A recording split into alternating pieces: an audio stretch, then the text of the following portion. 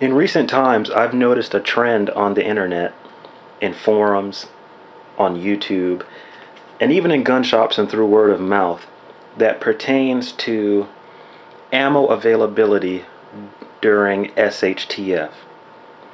And I feel that there are a lot of myths and misconceptions perpetuated about ammunition availability as it pertains to certain calibers.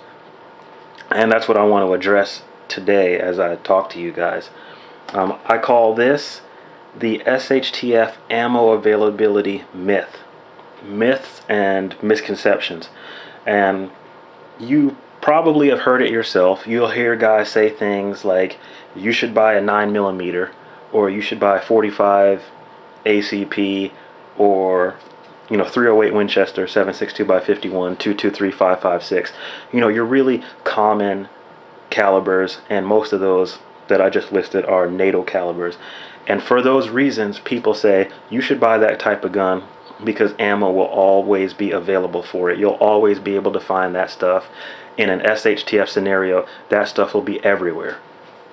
And I challenge that statement. I say that that statement and that line of thinking is completely false.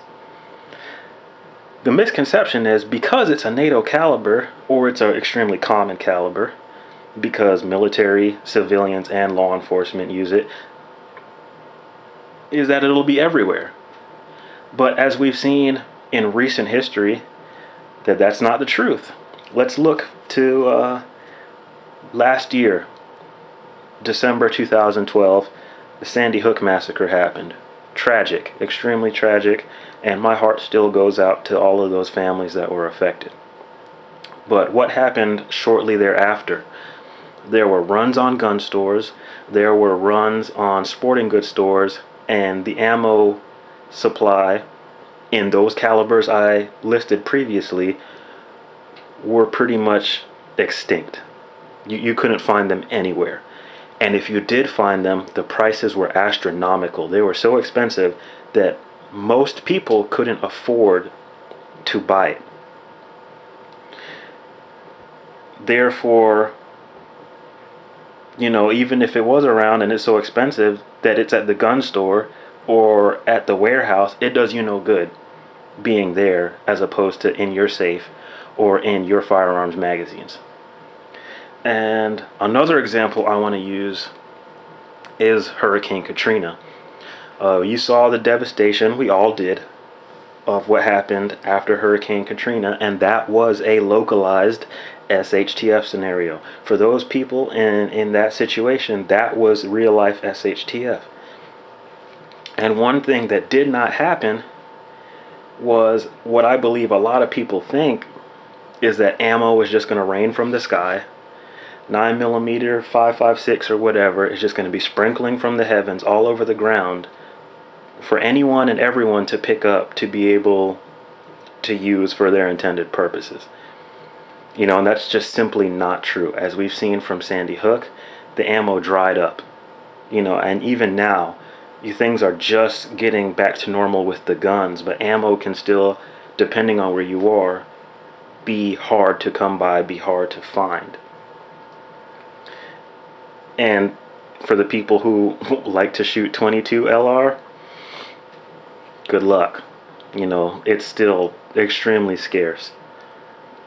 So I think a lot of the myths and misconceptions perpetuated by, people saying you should buy this type of gun chambered in this caliber because it'll always be available are completely false. Because if you walked into a gun store, I'll use myself as an example. I walked into a few gun stores and 9mm, 45, 5.56, 308 were nowhere to be found.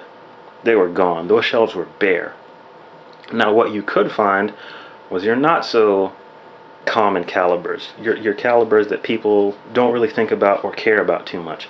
So for instance, if you've seen my some of my past videos, you know that I have a Glock 22. It's chambered in 40 Smith & Wesson. I could walk into just about any gun store in my area and pick up multiple boxes of 40 Smith & Wesson. Why? Well, I guess it's just not as popular of a round in my area, but it was available, whereas 9mm and 45 were not. Other calibers that were available, I could still find 30-06, I could find 270 Winchester, 243 Winchester.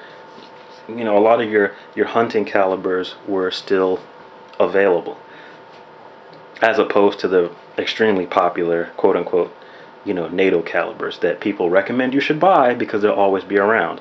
But as recent history has proved, that's not the case. When there's a situation that threatens gun ownership, or there is a situation that threatens just the fabric of society, such as an economic collapse, or insert whatever you want here, that ammo is going to be gone.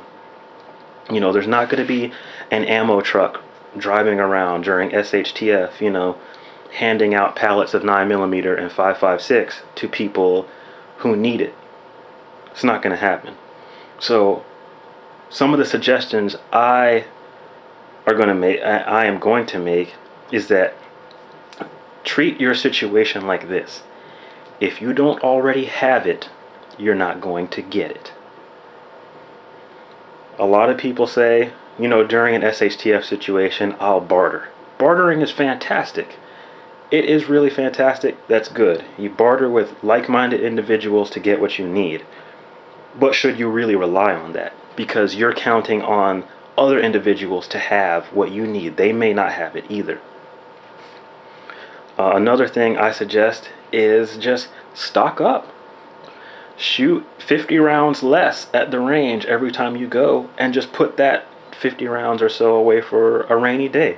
And if you do happen to use some of your rainy day stash on a range trip or in a class or something of that nature, replenish it. Don't let your ammo reserves fall to dangerously low levels, because odds are that during an SHTF situation, regardless of length, you're probably not going to be firing thousands and thousands and thousands of rounds of ammunition in anger. And if you are, and you're still alive to tell about it, you're either doing something really wrong, or you're the luckiest person on earth. But I won't get into that too much.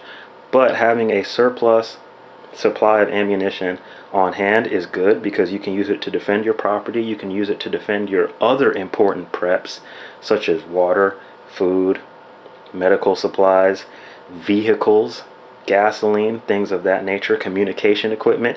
You can use your ammunition and your firearms to help protect what you have, so that other people just can't try and take it. And I think this is a very small population of people, but I've even heard people say something such as, well, if I don't have it, I'll go take it from somebody else. That's probably the dumbest idea I've ever heard. You're going to go take ammunition from people who have ammunition that is in their guns that they can defend themselves with. Like, that's the dumbest thing I've ever heard. And if you are one of those people, I'm not sorry to say, but you're not going to last very long. You'll probably be taken care of in short order.